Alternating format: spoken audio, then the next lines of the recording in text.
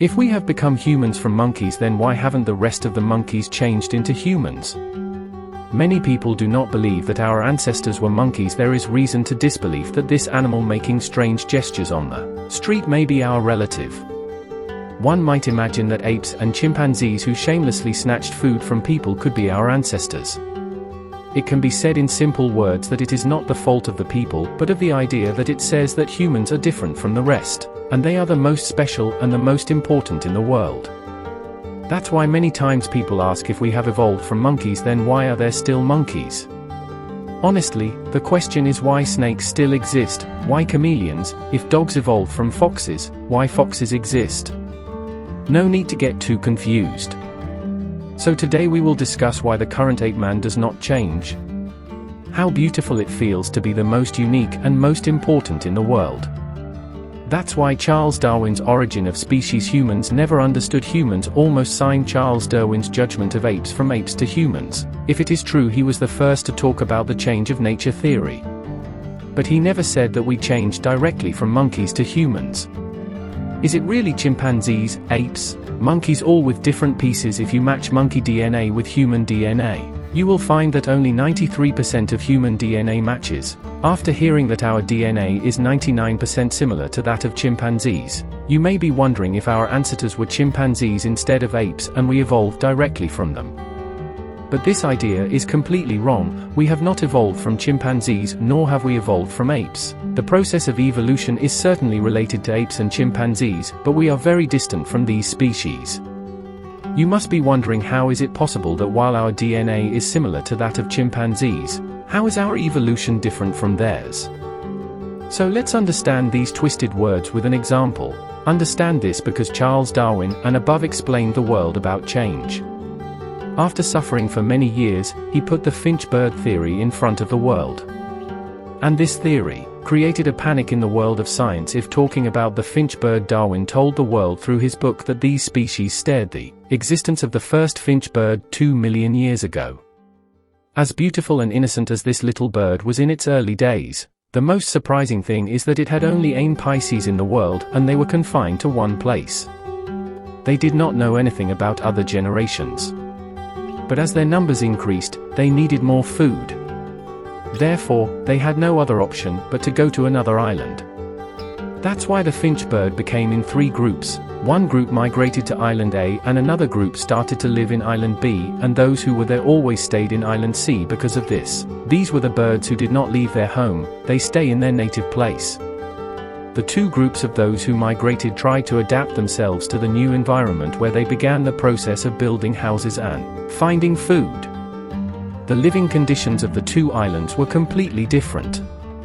It was also true that the temperature and habitat of the 2 islands were completely different, meaning that the food available in Island A was not that of Island B. Simply put, A island had a lot of fruit and B island only had insects. That's why the finches that came to the island to eat the fruit changed their beaks to be longer and stronger, and earlier they were called long-beak finches. But those who ate insects did not need long beaks. But strong lips were needed, so those on Island B had short lips, but their lips were strong. These finches were named short-beak finches. Both birds have evolved differently to survive in their respective habitats. At first the finches had a lot of problems. The condition of these lamps was completely different from their old island. But they changed themselves to live in a difficult situation. Now there were 3 types of finch birds in the world. The first had long beaks and those who ate fruit, the second those who had short and hard beaks, and the third those species that were on Island C. The finches living on Island C, from which the 2 island finches came, can also be said to have evolved from 2 separate finches from Island C. Those who themselves were changed like themselves. In this regard, it cannot be said that the 2 finches have evolved from each other. It can certainly be said that the primary form of the 2 finches was the same and both evolved from that source. If you compare their DNA, the 2 DNAs will be the same as their source, but the time of change of both of them is completely different. These can be called relatives of change. This example can be not only of finch bird, but also of humans. This story is told so that you can know better about change. This theory given by Darwin tells about the change of all animals in the world. Just as snakes and chameleons are considered to have changed, foxes and dogs have undergone similar changes. Especially in the case of humans, it would not be wrong to say that humans evolved from chimpanzees and monkeys. No, we have changed from monkeys, we are different from them. The fact is that monkeys and chimpanzees have a way of changing us. Here we have the same primary source as theirs, and this is why our DNA is very similar to theirs. But it is not at all that humans have changed from chimpanzees. Nor is that chimpanzees and monkeys will go before humans and change. If you think that chimpanzees and monkeys will eventually change to humans, then nothing will happen. But the question arises that if chimpanzees were not the means of our evolution, then what was the source from which we diverged? Let's go back in history to know this. Reports say that humans and chimpanzees started growing on the same source millions of years ago, and this source was hominoidy. The word says that this species was really our ancestor. In terms of body, they look similar to monkeys and humans because they spend most of their time in trees, and they tend to lean because they have long arms. We still don't know what their exact physical size was. But it's true that humans and chimpanzees started the process of change. Today we can place hominoidy as the great-great-grandfather because two species separated from this organism. The first one was called hominodake and the other was called hybrobatidae. These two types of organisms were only names. The shape of the hominodake changed their noses inwards to trap dust, dirt, but the noses of the hybrobatidae were similar to those of the rest of the apes. Hominodake gave rise to our great-great-great-grandfather, Homo sapiens, but before hybrobatidae evolved gibbon, which look like strange apes. If we talk about hominodake, there are many types of change in these species. The hominonake and divisions of Pongipae among these species are Ponguniji, derived from Pongu, which resembled apes in trees.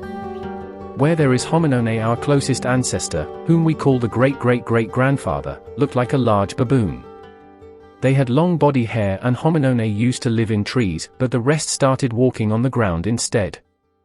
At this time, there were two species of hominone, the first being the hominins, which learned to walk on the ground and had less hair, and the other, the collini, which preferred to live in trees. The gorilla evolved from the collini, which is still on Earth today. There was no change between these species before, but there are two species of hominins. As a result, the first origin is man, meaning Homo sapien, and another origin is Pampaniscus, meaning chimpanzee. The DNA of these two species is 99% similar to that of today's humans like us. They are very intelligent and can walk on two legs as well as live in trees. After knowing this whole process of change, we can all understand how humans, gorillas, chimpanzees, and all other species of apes evolved from hominodake. From this story it is clear that our separate species were created for the division, but our primary source was the same, because we have so much in common with them that our DNA also matches them.